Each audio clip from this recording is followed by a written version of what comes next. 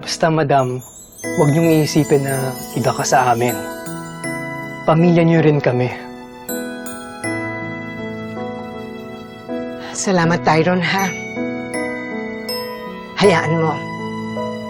Tutulungan kitang mabuo ang pamilya mo.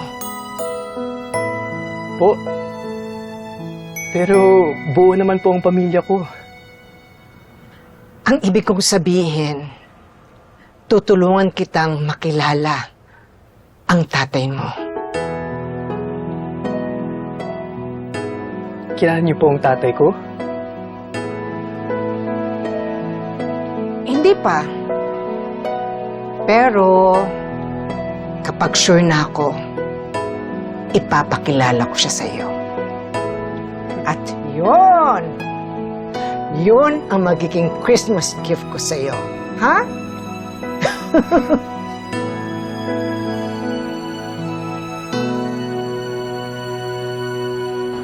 So, decided na talaga hanapin yung totoong magulang mo. Humingi na rin ako ng tulong sa kaibigan kung alam ko may connections eh. Sino naman tong kaibigan?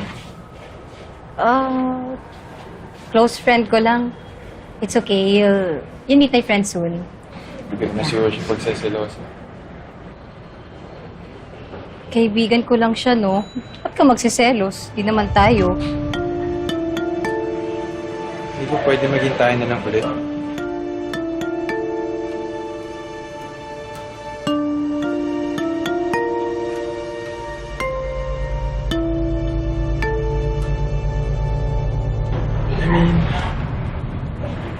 Hanggang ngayon ba, hindi pa din ako napapatawad?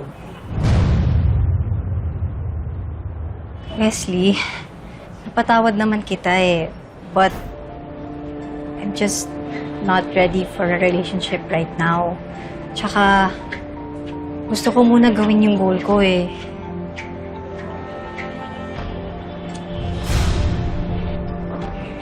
Okay, sige. Sabi naman nila, ang true love, di naman fast food. Dapat willing to wait. Fast food? Basta, enjoy na lang natin yung friendship natin ngayon, ha? Okay?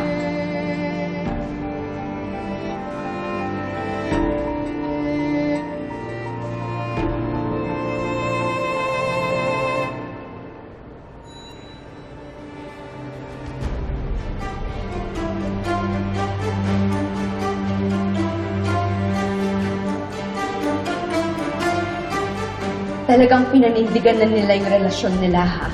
Parang walang nangyari. Samantalang ako, hindi na bumalik sa normal yung buhay ko.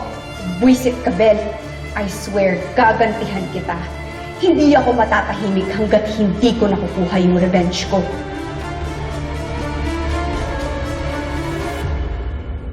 Madam, may kailangan po kayo? As you can see, hindi pa rin mabuti ang kalagayan ko. Meron kasing isang lugar na kailangan kong i-ocular. Hindi ko pa kakayanin. Kaya naisip ko, ikaw na lang ipadala ko. Saan po? Medyo malayo, pero alam ko na familiar ka sa lugar na yon. Sa Santa Ines. Kaya ikaw ang karapat-dapat na ipadala ko. Tsaka alam ko naman na kampante ka sa makakasama mo.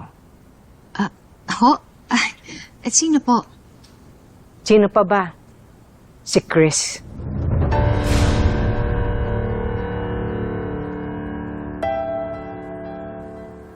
Oh, bakit natahimik ka? Madam, nananadya ho ba talaga kayo? Nananadya? Professional lang ako. At kung talagang wala nang namamagitan sa inyong dalawa ni Chris, hindi ka mag-aalinlangan. Madam, pasensya na po pero hindi ko po kayo mapagbibigyan. Hindi ko po gagawin yung inuutos ninyo sa akin.